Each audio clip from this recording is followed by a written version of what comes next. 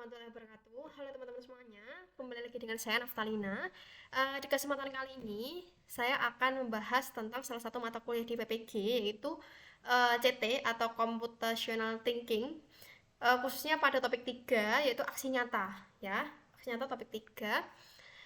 Di sini sebenarnya itu ada beberapa pertanyaan ya, reflektif terkait setelah mempelajari CT ini yang berbasis problem solving itu, tanggapan kita bagaimana ya, pengalaman kita bagaimana gitu. Jadi untuk pertanyaan pertama ya, langsung aja. Jadi pengalaman menarik apa saja yang Anda dapatkan dari mengimplementasikan CT untuk menyelesaikan berbagai jenis persoalan? Anda bisa menceritakan keberhasilan dan kegagalan yang Anda alami dalam mempelajari topik ini. Menurut saya itu pengalaman baru yang dapat saya peroleh ya, itu ketika melihat soal bebas dan pisah. Di sini soalnya itu terlihat mudah, tetapi sebenarnya dalam menyelesaikan soal tersebut itu harus serius, dan kita bisa menggunakan teknik atau menggunakan trik CT atau computational thinking ya. Jadi untuk keberhasilan apabila memperhatikan dan memahami literasi dan permasalahan dengan baik itu pasti bisa. Nah, gagal apabila ada suatu langkah yang salah dan berakibat pada langkah selanjutnya. Nah ini karena memang mengerjakan soal bebas dan pisah itu kan harus runtut ya, ada step-stepnya. Selain itu, pengalaman menarik bagi saya setelah mengikuti CT itu di sini ada beberapa ya yang saya sebutkan, yaitu saya belajar untuk mengaplikasikan pendekatan ini pada rencana pembelajaran yang saya buat dan menyangkut banyak materi ya. Ada materi koloid, kesetimbangan, dan laju reaksi dan sebagainya.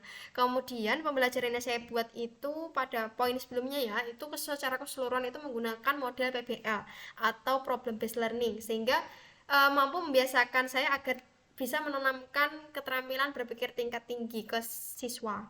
Kemudian saya belajar untuk menerapkan alur berpikir CT pada soal yang saya berikan ke siswa nantinya, sehingga dari soal tersebut itu siswa harus dapat merumuskan masalahnya terlebih dahulu, kemudian mengenali pola, abstraksi, kemudian bagaimana cara membuat algoritma dan menyelesaikan soal. Jadi 4 fondasi CT itu bisa kita implementasikan kepada siswa.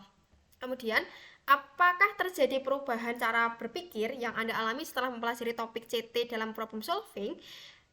Saya jawabnya adalah iya, karena memang problem solving di sini saya menjadi terbiasa untuk menyelesaikan masalah dengan CT. Jadi hampir semua persoalan soal yang dapat menerapkan fondasi CT itu memang sudah dipelajari di sini.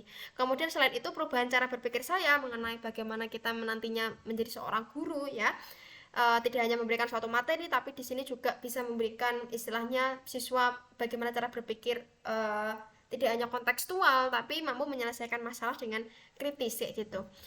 Selain itu, mengembangkan cara berpikir siswa, hal ini juga akan menumbuhkan rasa tanggung jawab yang dimiliki siswa. Karena di sini siswa itu ibaratkan berperan sebagai peneliti, jadi problem solver, jadi sebagai penyelesaian masalah atau berperan sebagai menyelesaikan masalah. Kemudian orang-orang atau kita anggap sebagai siswa itu langsung terjun di lapangan. Lebih rincinya, mempelajari CT itu juga dapat membantu meningkatkan kemampuan abstraksi, dekomposisi, pola-pola, dan mengembangkan algoritma, dan semuanya itu bisa diterapkan dari berbagai jenis permasalahan ya.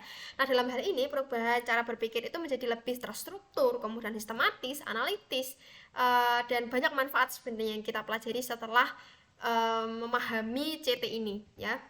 Kemudian yang pertanyaan ketiga adalah apakah ada perbaikan yang dapat Anda lakukan terhadap cara mengajar Anda nantinya setelah mempelajari CT dalam problem solving ini ya.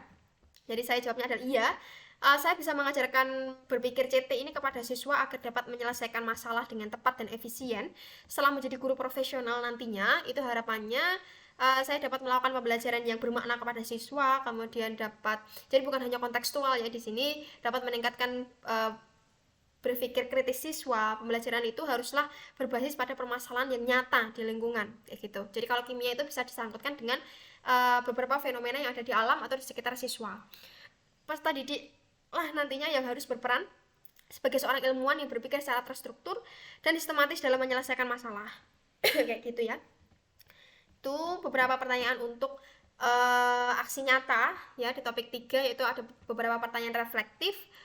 Jadi sekian dari saya. Nanti kalau ada tambahan atau mungkin saran masukan boleh ya nanti ditulis di kolom komentar di bawah, diketikkan aja, oke?